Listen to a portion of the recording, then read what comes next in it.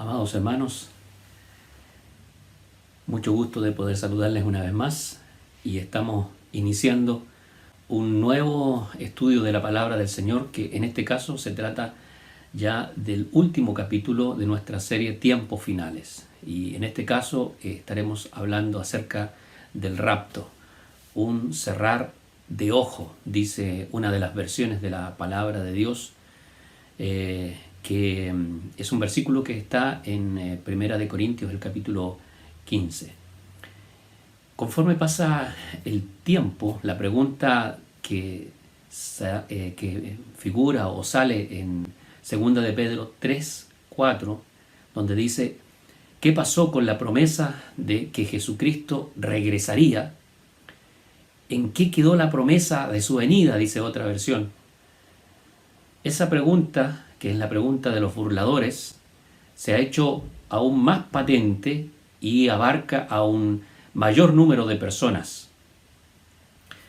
Pero lo crítico de esta pregunta es que también se ha hecho patente en el mundo creyente, y hay líderes que interpretan las Escrituras indicando de que el rapto de la iglesia no es una doctrina que debiéramos creer o seguir. Incluso eso va más allá, porque hay círculos en donde la venida del Señor Jesucristo por su iglesia en el rapto no es enseñada ni es considerada. Y esto nos hace pensar, ¿verdad?, seriamente respecto de aquello que creemos o que nosotros seguimos. Y es que el rapto, o también conocido como arrebatamiento, siempre fue un desafío para los creyentes del Nuevo Testamento. Los alentó, los guió, les llenó de esperanza, y fue la fuerza que tuvieron en los peores momentos de su historia. Y creo que eso mismo puede suceder con nosotros hoy en día, que el conocer, el saber que el Señor viene por su iglesia, que viene por los suyos, nos debe no producir ningún tipo de temor, no debe causar en nosotros ninguna otra sensación extraña, sino la de un gozo, una esperanza y un alentarnos a seguir adelante, sabiendo de que la venida de Cristo está próxima. Y es que tenemos seguridad del retorno de Cristo, porque esta seguridad está basada en tres argumentos muy notorios en el Nuevo Testamento y que vamos a pasar a considerar a continuación. En primer lugar, el retorno de Cristo fue una promesa que hizo el mismo Jesús y que fue ratificada posteriormente por todos los escritores del Nuevo Testamento. Si nosotros consideramos, por ejemplo, Juan 14:3, en donde dice: y si me voy y os preparo lugar, vendré para llevarlos conmigo. La versión de la Reina Valera dice: vendré otra vez. En la versión Dios habla hoy, este versículo está traducido de la siguiente forma: y después de irme y de prepararles un lugar, vendré otra vez para llevarlos conmigo. Y de esa manera podemos examinar muchos otros versículos del Nuevo Testamento en donde Jesús está confirmando esta promesa de su retorno. Otro argumento importante que debemos considerar es que el retorno de Cristo es uno de los temas centrales de las profecías del Nuevo Testamento. Es uno de los temas más importantes, que se destaca por encima de otros. Y hay a lo menos unas 260 referencias al retorno de Cristo que están repartidas en todo el Nuevo Testamento. Por lo tanto, podemos considerar y entender que el retorno de Cristo, el regreso de Jesús, es una profecía realmente importante y muy considerada en todo el Nuevo Testamento. Podemos ver pasajes como Juan 21, 20 al 23, 1 Corintios 15, 51 al 55, o 1 Corintios 16, 22, 1 de Timoteo 1, 10, 1 de Tesalonicenses 3, 13, y así podríamos considerar muchos otros textos del Nuevo Testamento que nos muestran que se trata de un tema central. Jesucristo vino a la tierra, se manifestó en carne, pero indicó en más de una oportunidad, muchas veces, y después esto fue ratificado por los escritores del Nuevo Testamento, por todos los apóstoles, que Cristo volvería de nuevo.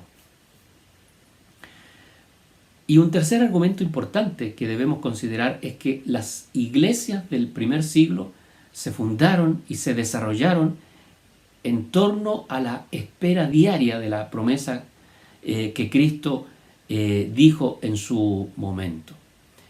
En Santiago capítulo 5, versículos 7 y 8 podemos leer lo siguiente: «Sed pues también vosotros pacientes, y afirmad vuestros corazones, porque la venida del Señor se acerca. Tened también vosotros paciencia, y afirmad vuestros corazones, porque la venida del Señor se acerca».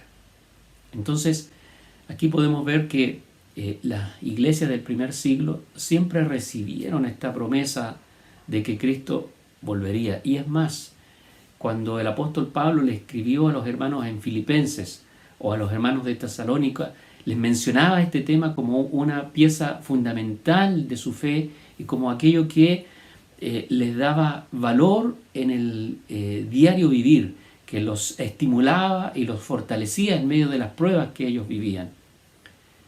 En Filipenses 3:20 el apóstol escribe: «En cambio nosotros somos ciudadanos del cielo, donde vive el Señor Jesucristo, y esperamos con mucho anhelo que Él regrese como nuestro Salvador». Esa es una versión de la NTV, la Nueva Traducción Viviente.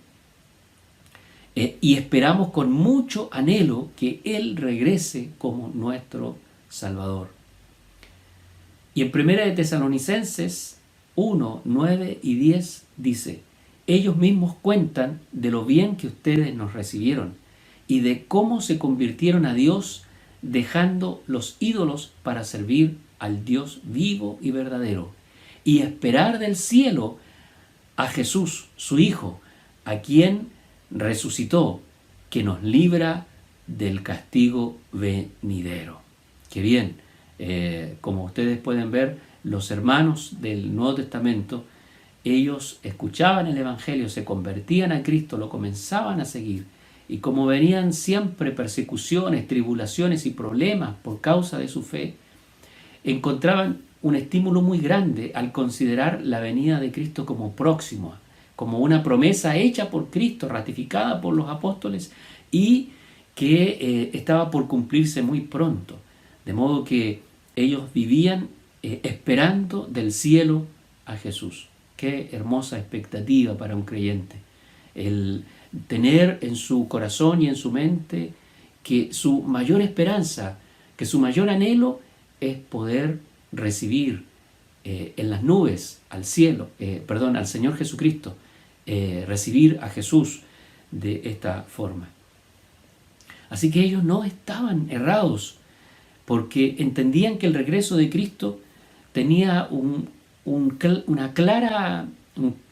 claro sentido de inminencia, es decir, que podía suceder en cualquier momento, en cualquier instante.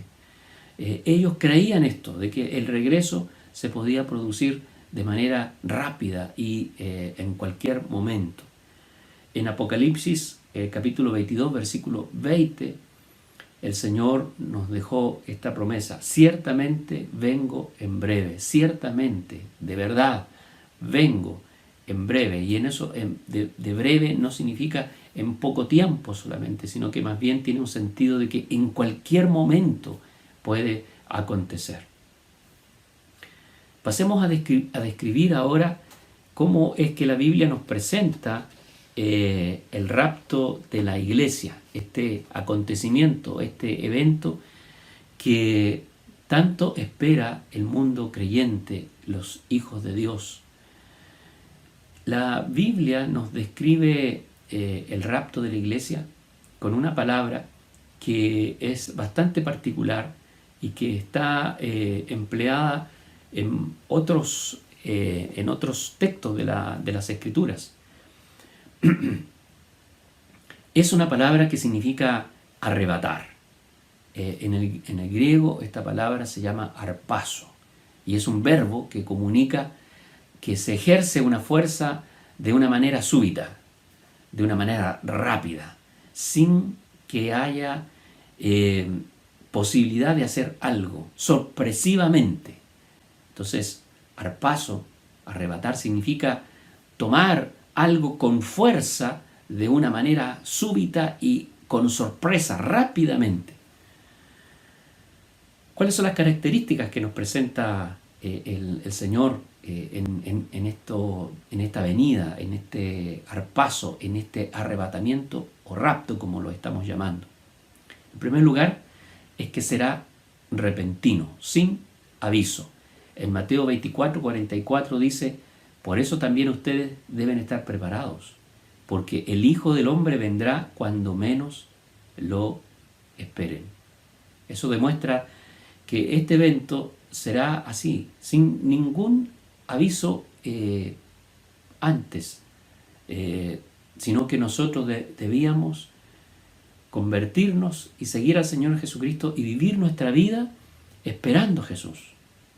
¿Por qué? Porque será de una manera repentina. Vendrá cuando menos lo esperen. Otra característica es que será rápida. En 1 Corintios 15:52 leemos: en un instante, en un abrir y cerrar de ojos, al toque de la trompeta. Esa palabrita de en un instante, en el griego, es un átomo de tiempo. Algo que ya no se puede dividir más. Es una pequeña fracción del tiempo. Tan rápido como cuando nosotros abrimos y cerramos los ojos en un parpadeo. Así de rápida será la venida del Señor Jesucristo por su iglesia.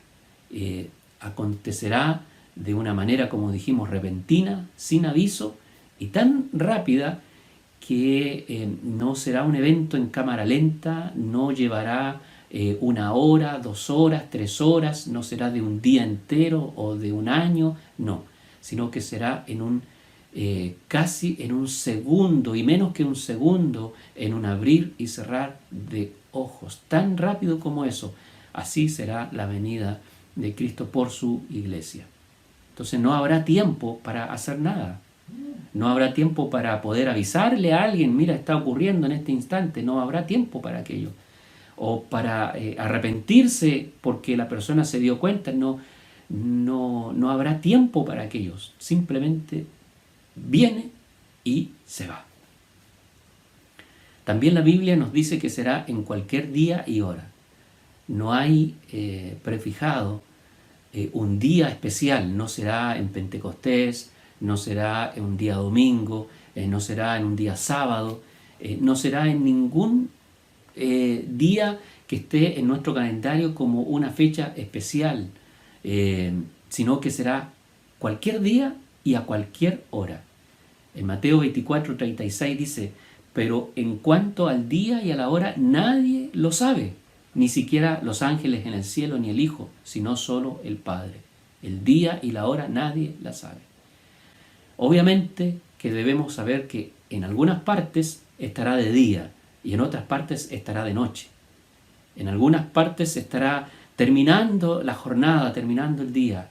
En otros lugares quizás estará por comenzar el día. Será al alba o quizás a mediodía. Y no sabemos si será el lunes, martes, miércoles o el domingo. No sabemos en qué día es que ha de acontecer este evento. Posiblemente o lógicamente nosotros tenemos que pensar que si en algún lugar es día sábado y ya está terminando ese día, posiblemente en otra parte ya estén en día domingo, pero eso no importa. Lo que cuenta aquí es que será repentino, será rápido y será cualquier día y a cualquier hora.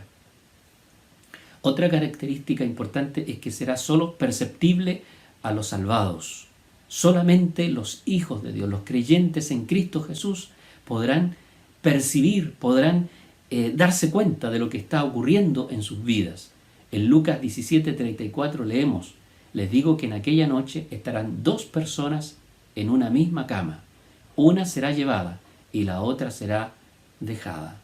Imaginemos una cama en donde hay 2 personas.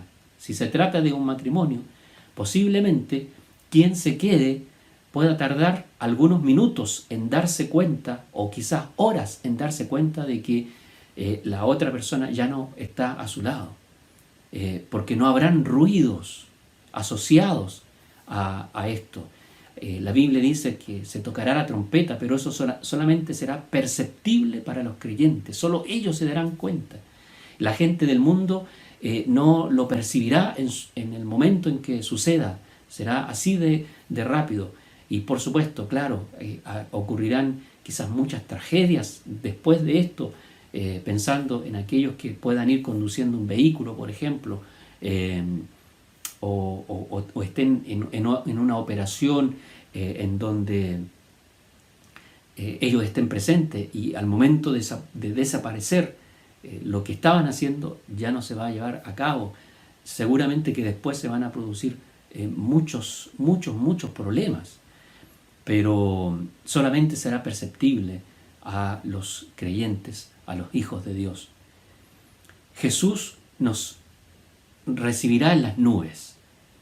Dice la Biblia en 1 Tesalonicenses 4:17: los que estemos vivos, los que hayamos quedado, seremos arrebatados junto con ellos en las nubes para encontrarnos con el Señor en el aire. Claro, porque antes, en el versículo 16, explica el apóstol Pablo que los muertos en Cristo resucitarán primero y luego nosotros seremos transformados y juntos podremos subir a las nubes para encontrarnos con el Señor en el aire.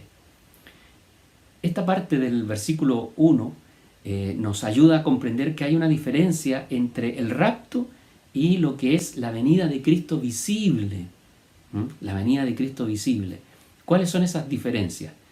La primera es que en el rapto Jesús viene en el aire, en las nubes, no toca la tierra.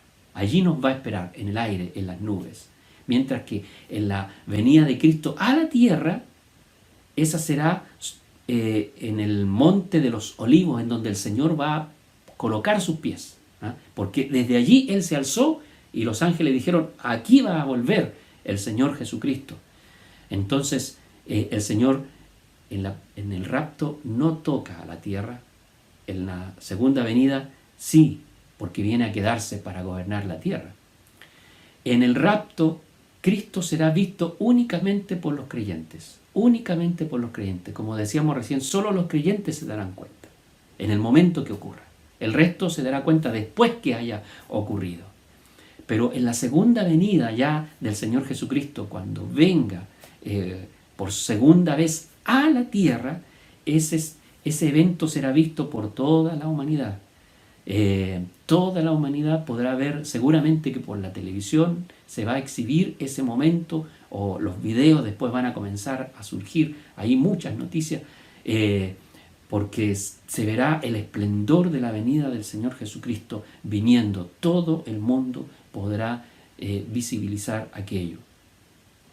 La tercera diferencia es que el rapto es un hecho inminente. Esto quiere decir que puede ocurrir en cualquier momento, sin previo aviso. Sin previo aviso. Y en ese sentido nosotros hemos examinado una serie de señales que nos hablan acerca de los tiempos finales, pero todas aquellas cosas están más cercanas a la venida del Señor Jesucristo a la tierra. Pero el rapto de la iglesia, ese se espera para cualquier momento. No tiene que suceder nada en la tierra más para que nosotros podamos pensar: vendrá el Señor Jesús por la iglesia. En cualquier instante puede acontecer. Sin embargo, cuando Jesús vuelva a la tierra por segunda vez, ese hecho está determinado por varias señales, las cuales nosotros ya hemos estudiado en otros capítulos, y ocurrirá, creemos, al finalizar la gran tribulación. Ahí, cuando esté terminando la gran tribulación, el Señor aparecerá por segunda vez y vendrá a la tierra. Y la última diferencia es que en el rapto Él viene para salvar a su iglesia de los juicios. Viene por su pueblo, viene por su iglesia. Mientras que en la segunda venida Él viene para salvar a Israel. En el rapto viene para salvar a su iglesia. En la segunda venida viene para salvar a Israel, que está a punto de ser exterminado. Entonces, en ese instante, Él viene ya con su pueblo, viene con su iglesia a la tierra por segunda vez para gobernar el mundo. Muy bien. Sigamos con las características de este evento tan glorioso que estamos esperando. La penúltima característica es que los muertos resucitarán con cuerpos gloriosos. 1 Corintios 15, 52 dice, pues sonará la trompeta y los muertos resucitarán con un cuerpo incorruptible. Y también la última característica es que nosotros, los que estemos vivos, seremos transformados y desapareceremos siendo arrebatados con la iglesia del Señor. El mismo versículo dice, pues sonará la trompeta y los muertos resucitarán con un cuerpo incorruptible y nosotros seremos transformados. Vamos a hablar un poquito más acerca de esta transformación en lo que viene a continuación. Pero estas son las características principales del rapto de la iglesia. ¿Qué es lo que va a ocurrir en ese abrir y cerrar de ojos? ¿Qué es lo que va a ocurrir? Antes, digamos así rápidamente, todas las características que tiene este evento. Será repentino, será rápido, será en cualquier día y hora, será solo perceptible a los salvos. Jesucristo nos estará esperando en las nubes, los muertos serán resucitados con cuerpos gloriosos y los santos vivos serán transformados y desaparecerán siendo arrebatados. Esas son entonces las características. Ahora nos preguntamos qué es lo que va a ocurrir en ese abrir y cerrar de ojos. En ese átomo de tiempo tan rápido, ¿qué es lo que va a suceder? Aquí estamos ante un gran milagro, una cosa tremenda que ya tiene algunos paralelos y ejemplos en las Escrituras. Por ejemplo, en el Génesis se nos cuenta que Enoc desapareció porque se lo llevó Dios. Y creo firmemente que Dios nos dejó ese ejemplo para mostrarnos lo que va a ocurrir con toda la iglesia del Señor. El otro ejemplo muy claro es el de Elías, que él fue llevado en un torbellino hacia el cielo. Y él no vio muerte, lo mismo que Enoc. Entonces, esos son dos ejemplos de cómo podría suceder el arrebatamiento. Es un gran milagro, pero nuestro Dios, Él sabe hacer muchos, muchos milagros. Y sin duda que este que nos espera es uno tremendo, es uno grandísimo, que nos habla de una transformación, de algo que cambiará para siempre la historia de la humanidad. Desde ese momento para adelante, todo lo que va a empezar a ocurrir será tan rápido que el hombre no será capaz de asimilar todo lo que suceda. ¿Qué ocurrirá en ese abrir y cerrar de ojos? ¿Se ha preguntado? ¿Qué sucederá? ¿Qué nos pasará a nosotros? ¿Cómo estaremos? ¿De pie, de rodillas? ¿Cómo será? ¿En la cama? ¿Durmiendo? ¿En qué momento acontecerá? ¿Qué es lo que ocurrirá en ese abrir y cerrar de ojos? En primer lugar, nuestro último enemigo, la muerte, será derrotada para siempre en nosotros. Nos dice la palabra de Dios en 1 Corintios 15, 26 y también en el versículo 54, escuche esto. Y el último enemigo que será destruido es la muerte. La muerte es un enemigo del ser humano, pero tiene que ser destruido. Y después dice el versículo 54, y cuando esto que es corruptible se haya vestido de incorrupción, y esto que es mortal se haya vestido de inmortalidad, entonces se cumplirá la palabra escrita, devorada será la muerte por la victoria. Aleluya. Entonces, que los muertos en Cristo resuciten parece a veces ilógico, ¿verdad? Porque uno puede pensar, si ellos ya están con el Señor, ¿para qué tener que resucitar? Es que la muerte es un efecto del pecado. Y Dios no puede dejar ningún efecto del pecado en nosotros, porque la salvación incluye una victoria completa sobre todo lo que nos dañó. El pecado trajo la muerte. Entonces la muerte no puede quedar, no puede existir. Y por eso es que a través del rapto Dios destruirá a la muerte, haciendo que los que fallecieron en Cristo Jesús se levanten de sus tumbas. Se levanten con un cuerpo glorificado, porque no pueden levantarse con el mismo cuerpo, ya que ese cuerpo fue derrotado por el pecado, por la muerte. Se levantarán con un cuerpo glorioso, y ese cuerpo glorioso ya es una herencia que el Señor nos ha dejado por el hecho de ser hijos de Dios. La única manera de vencer la muerte es resucitando. Y la muerte física es un efecto directo del pecado. Los creyentes resucitarán, pero en un cuerpo con características diferentes, absolutamente glorificado. Podremos reconocernos unos a otros, y no porque podamos vernos físicamente como estamos, sino que creo que la mente que tendremos, la forma en que podremos ubicarnos y saber que allí está el hermano tanto, la hermana tanto. ¿Por qué? Porque nuestro cuerpo glorificado no tendrá las señales que nos ha dejado el pecado, el deterioro del tiempo en este cuerpo físico en el que habitamos actualmente. Los que tenemos problemas a la vista ya no los tendremos nunca más. Los que murieron con ciertas enfermedades, esas enfermedades no existirán más. No habrá ninguna cosa que sea parte o sea herencia de este cuerpo físico, porque la semilla, dice Pablo, que se levantará será una distinta, incorruptible, inmortal. Bendito sea el nombre del Señor. Entonces, la muerte será derrotada, será vencida, y los muertos en Cristo resucitarán, y nosotros seremos transformados. Y esa es otra manera de vencer la muerte. ¿Por qué? Porque el Señor nos hará pasar por un proceso rápido en donde nuestro cuerpo, que está mortal, será destruido y será transformado, cambiado. Habrá una metamorfosis que ocurrirá en cada célula de nuestro cuerpo, y el Señor nos transformará por completo. Así que Dios va a completar en nosotros los efectos de su salvación. Eso es lo que va a ocurrir en ese abrir y cerrar de ojos. Por eso es que tiene que acontecer.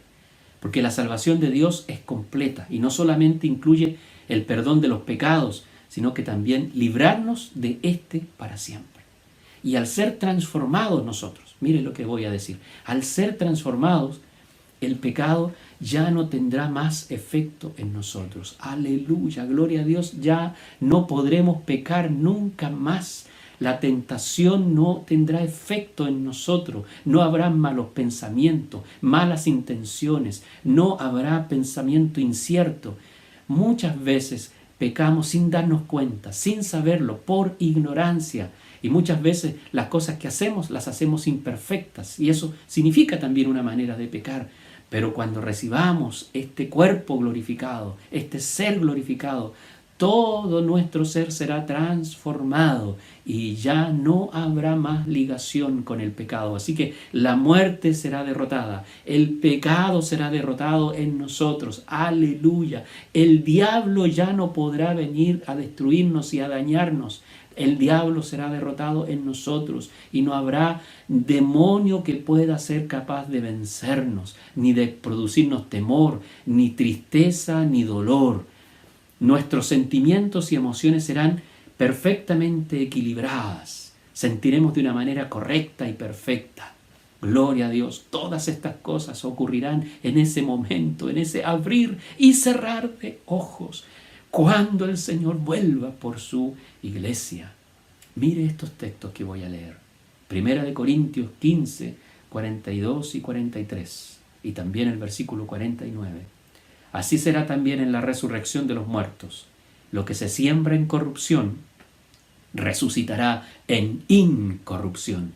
Y lo que se siembra en deshonra, resucitará en gloria. Lo que se siembra en debilidad, resucitará en poder. Aleluya. Y así como hemos llevado la imagen del hombre terrenal, el viejo Adán, esa es la imagen que llevamos, una imagen dañada por el pecado, con un cuerpo y con una mente y con un espíritu que han sido dañados por el pecado. Pero gracias a Cristo, Él puso en nosotros la semilla de la resurrección. Gracias a Cristo que nos libró de nuestros pecados pasados y nos dio una nueva vida. Pero Él completará todo aquello. Él completará todo aquello. Y dice este texto que así como hemos llevado, dice tiempo presente, la imagen del hombre terrenal, así también llevaremos tiempo futuro la imagen del celestial. ¡Aleluya! Seremos como Cristo Jesús. Seremos como nuestro Señor Jesucristo en ese instante. Nunca seremos Él, pero sí seremos como Él. Amén, gloria al Señor. Por eso, mis queridos hermanos, creo que el rapto de la iglesia nos estimula tanto, nos fortalece tanto, porque nos anima a pensar en esa perfección que hoy día no tenemos, pero que vamos a alcanzar. En esa glorificación que hoy día no existe, pero que vamos a alcanzar. En ese poder que hoy no tenemos porque vivimos en debilidad y en fragilidad. Durante este tiempo hemos tenido que estar recluidos, tenemos que salir a las calles con mascarillas, tenemos que escondernos porque el famoso coronavirus nos puede contagiar en cualquier momento y es porque somos tan frágiles y tan débiles y estamos todavía ligados a este cuerpo de corrupción que se enferma.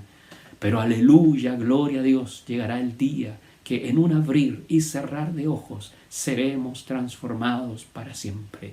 Y no habrá más dolor, ni llanto, ni lágrimas, y ya no existirá más pecado, y la tentación rebotará en nosotros, porque no podrá entrar, y nuestra mente será perfecta, y pensaremos como nuestro Señor, y viviremos como Él vive en su bendita gloria. ¿No le da esperanza esto? ¿No le causa a usted un mayor deseo de vivir en santidad? ¿No le causa esto un mayor anhelo de acercarse a Cristo Jesús y poder arreglar cuentas con el Padre Celestial? Pero tal vez también tenga que arreglar cuentas con vecinos, con amigos, con hermanos, con familiares. Oh, que el Señor nos impulse a vivir una vida de santidad, porque el rapto puede acontecer en cualquier instante. Hay muchos creyentes que han dejado de creer en esta doctrina y ya no la tienen como algo principal. Pero usted y yo seamos de aquellos que viven pensando, Señor, tú vienes en cualquier momento y qué gozo, qué alegría, porque seré transformado, seré cambiado en un abrir y en un cerrar de ojos. Quiero terminar ahora, mis queridos hermanos, mostrándoles que el propósito de estos estudios ha sido el poder llevarles, o mejor dicho, quiero resumir mi propósito en las palabras de 1 Tesalonicenses, capítulo 3, versículos 12 y 13, que dice que el Señor los haga crecer para que se amen más y más unos a otros y a todos, tal como nosotros los amamos a ustedes. Que lo fortalezca interiormente, para que cuando nuestro Señor Jesús venga con todos sus santos, la santidad de ustedes sea intachable delante de nuestro Dios y Padre. Que este versículo estimule y llene nuestro corazón y nos impulse a una vida de santidad, esperando de los cielos a nuestro Señor Jesucristo, que vendrá por su iglesia. Que Dios nos bendiga, nos guarde y nos fortalezca. Amén.